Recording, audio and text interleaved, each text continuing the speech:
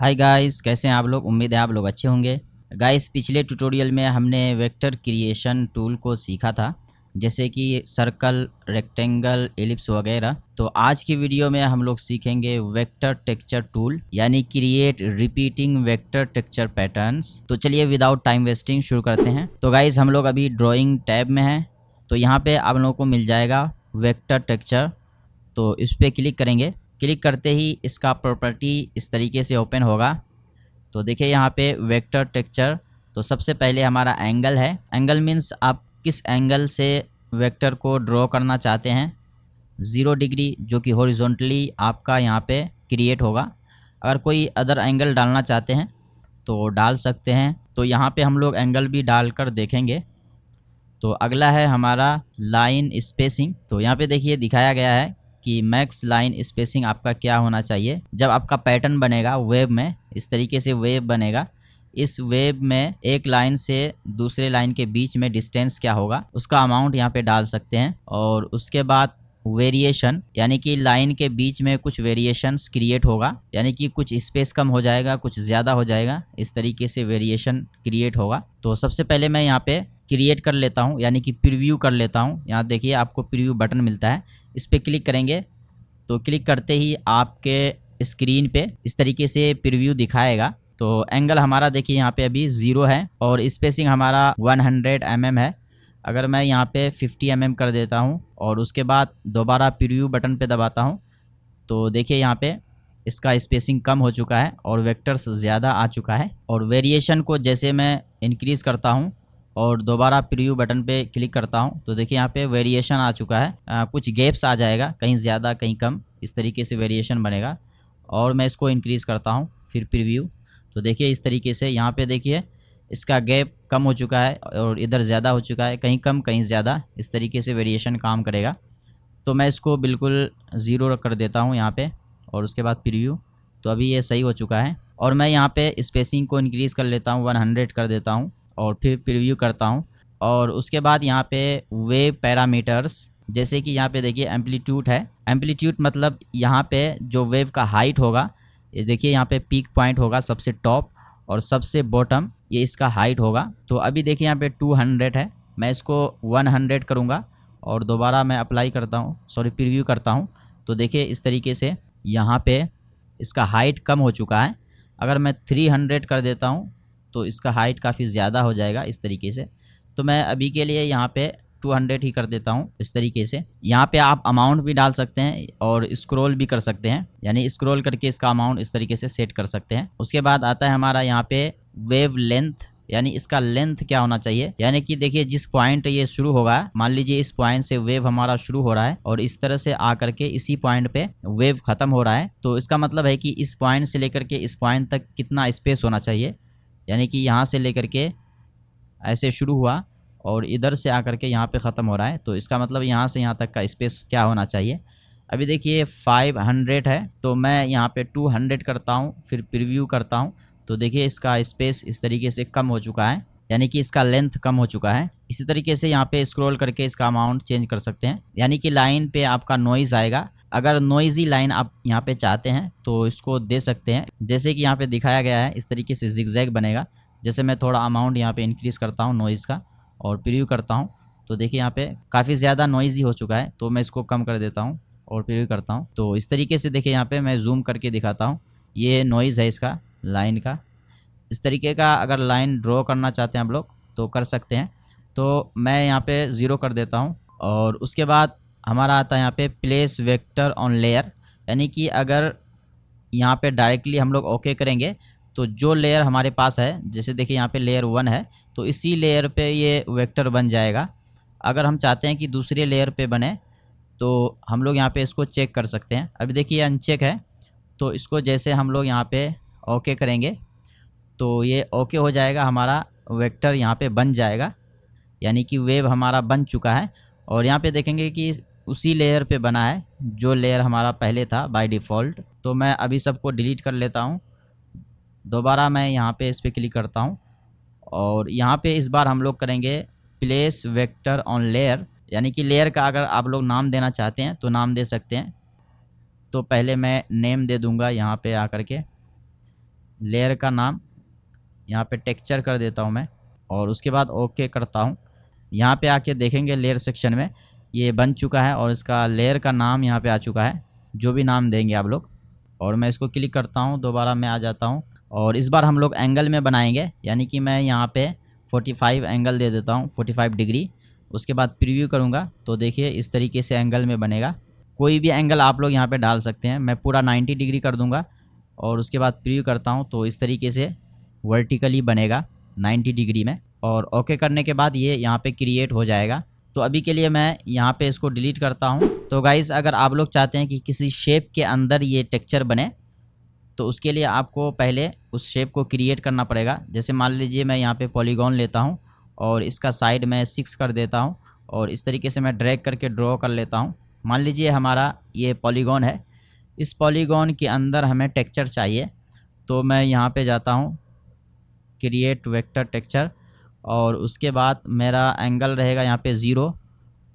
उसके बाद अमाउंट मैं यहाँ पे स्पेसिंग का 100 डाल देता हूँ, यानी प्रीवियस में चेंजेस किया हुआ है तो मैं इसको सेम रहने देता हूँ और उसके बाद प्रीव्यू करता हूँ।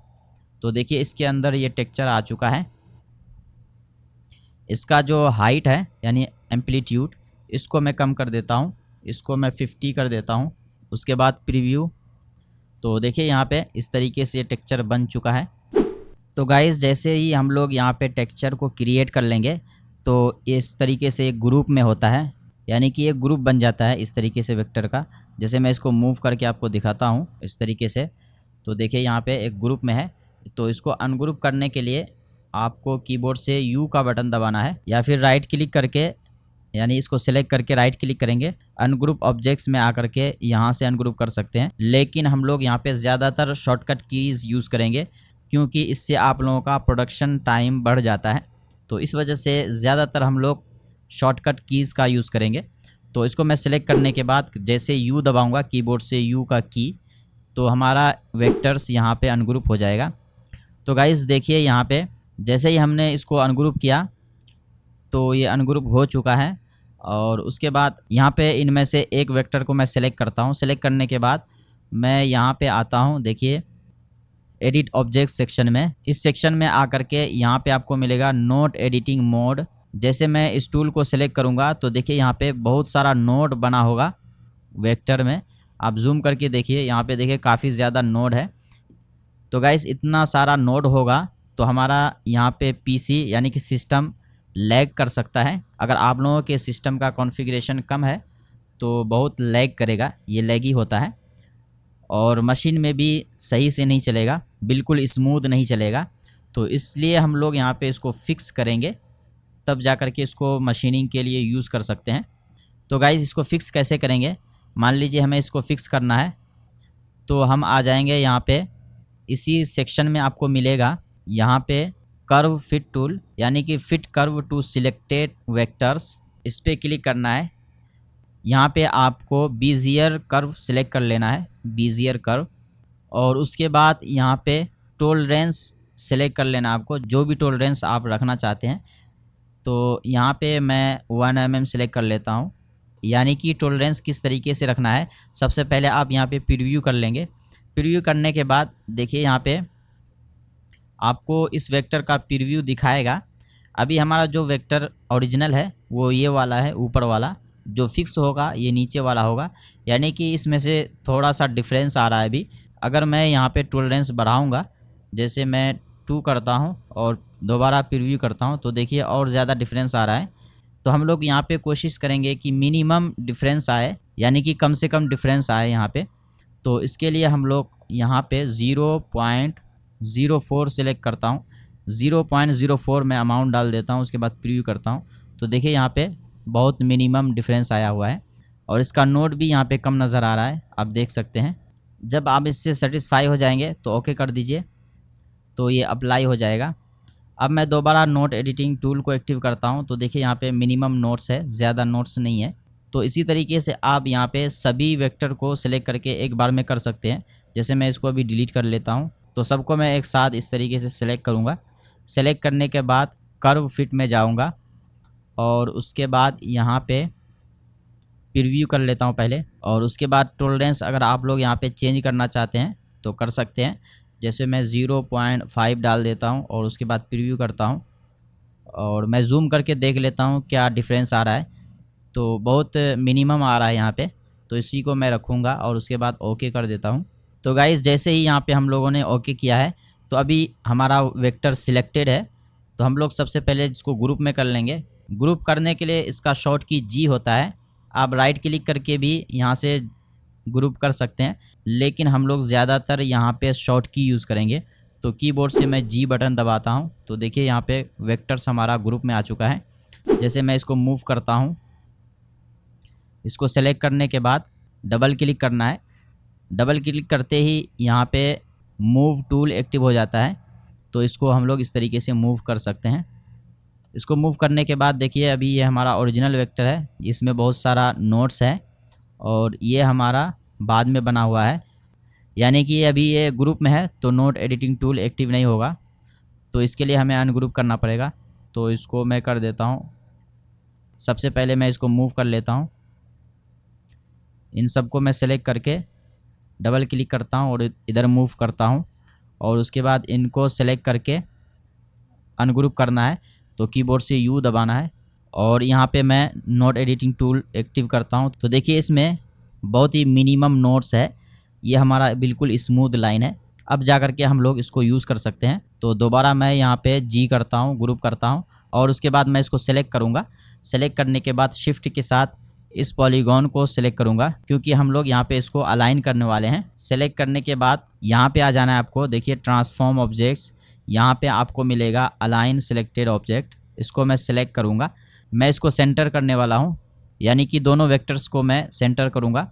तो यहाँ पे देखिए सेंटर में आकर के ये सेंटर वाला यहाँ पे क्लिक करना है, यानी कि हमारा ये कर्व लाइन पॉलीगॉन से सेंटर हो चुका है, लेकिन हमें उसको इधर लेके आना था। तो इसको मैं अंडू करता हूँ। अंडू करने के लिए कीबोर्ड से कंट्रोल Z करना है। तो सबसे पहले हम इसको सेलेक्ट करेंगे, इस पॉलीगॉन को, बाद में इसको सेलेक्ट करेंगे, यानी कि इसको हमें अलाइन करना है इसके साथ। यानी जिस ऑब्जेक्ट को आप अलाइन करेंगे उसको सेलेक्ट करना है जो बाद में होगा उसके साथ, यानी कि इसको अलाइन करेंगे पॉलीगॉन को कर्व के साथ। तो हमने पहले पॉलीगॉन को सेलेक्ट किया और उसके बाद कर्व और उसके बाद सेंटर। तो देखिए इस तरीके से ये हमारा अलाइन हो चुका है। अब हमें इसकी ज़रूरत नहीं है तो इसको सेलेक्ट करके मैं डिलीट कर दूंगा और इसको सेलेक्ट करके कीबोर्ड से F9 की प्रेस करता हूं तो ये सेंटर में आ जाएगा। तो गाइज इस तरीके से हमारा वेक्टर यहाँ पे रेडी है, इसको हम लोग यहाँ पे यूज़ कर सकते हैं। तो गाइज आई होप कि आप लोगों को समझ में आया होगा। अगर आप लोगों के पास कोई क्वेश्चन या क्वेरीज है, कोई सवाल या सुझाव है तो कमेंट कीजिए, और अगर आप नए हैं चैनल पे तो चैनल को सब्सक्राइब कर लीजिए। और ये वीडियो आप लोगों को कैसा लगा कमेंट में ज़रूर बताइए और वीडियो को लाइक करके जाइए। तो चलिए हम लोग मिलते हैं नेक्स्ट वीडियो में, जब तक के लिए take care and good bye.